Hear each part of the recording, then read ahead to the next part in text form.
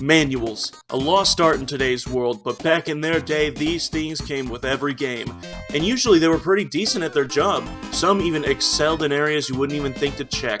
Early on, these things would often explain the plot going on, since games didn't often do it, save a few like the original Zelda. Take Sonic the Hedgehog, for example. There's not much as far as plot goes in here, but it explains what gives the guy his speed, and who all the bad guys are. Oh, sorry, badniks. Yeah. Other games would use the manual in really crazy ways, and by crazy, I mean they'd have to be fucking crazy to think this shit gets a passing grade.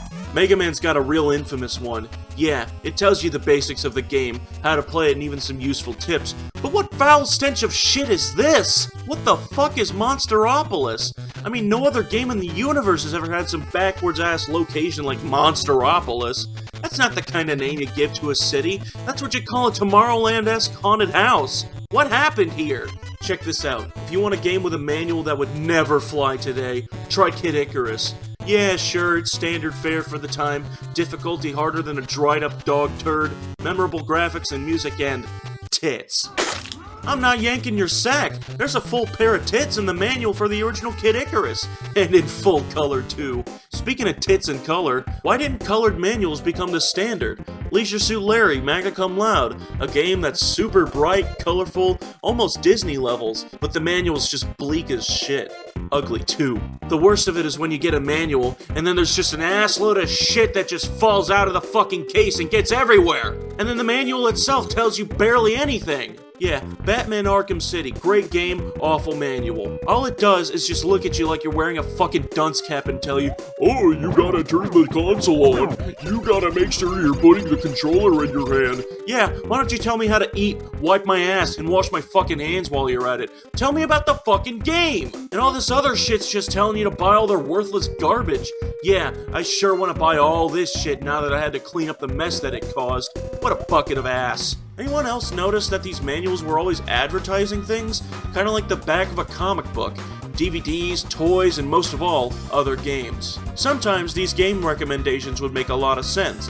Look at SpongeBob Battle for Bikini Bottom. Yeah, it's a Nickelodeon game, so surely it'll advertise another Nickelodeon game, regardless of quality. Games from Sega tended to vary a ton. Take a look at Crazy Taxi, for example. This is one of the greatest arcade games of all time, and the manual for the PS2 version advertises this truck game with similar art. Sure, I can understand why that's there, but what the fuck does Knight's Journey of Dreams have to do with pro bass fishing? Yeah, I guess there's a fish boss, but where the hell do you relate Sega bass fishing to a game about flying around in dreams? Let's talk about Sonic Boom Rise of Lyric. This might be one of the worst looking manuals for any game I've ever fucking seen, and I'm not joking. Big ugly letters, a giant Wii U gamepad spread across 2 pages, and what the fuck, it's already over. It feels like there was just as much effort in designing this thing as there is any kind of polish in the game itself. I'd rather walk through hell with gasoline underwear than play that. I guess around the 2010s is when pretty much everything went downhill.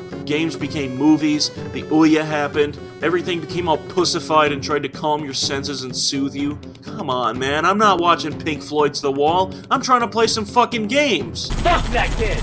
He is a fucking dime! Worst of all, physical releases just got lazier and lazier. All the manuals started becoming digitized. This was fine with the Wii Virtual Console service, having all their own standardized manuals that were always there the second you press the home button. But now it's every game. The only game I've played where this was actually a really cool addition to the experience was in Super Mario Maker. This thing was packed to the brim with knowledge.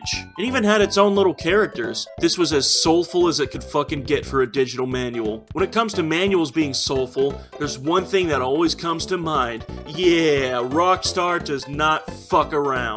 And I hope they keep the tradition for GTA 6. These guys make the best manuals. Not only do they tell you what you need with serious visual flair, all of their games come with a double-sided poster. One side was a regular poster, and the other side was a map of the game's location. Every game comes with these, and they're as confident as they could be. The absolute cream of the fucking crop. So yeah, manuals being a thing of the past is always gonna sting a little inside.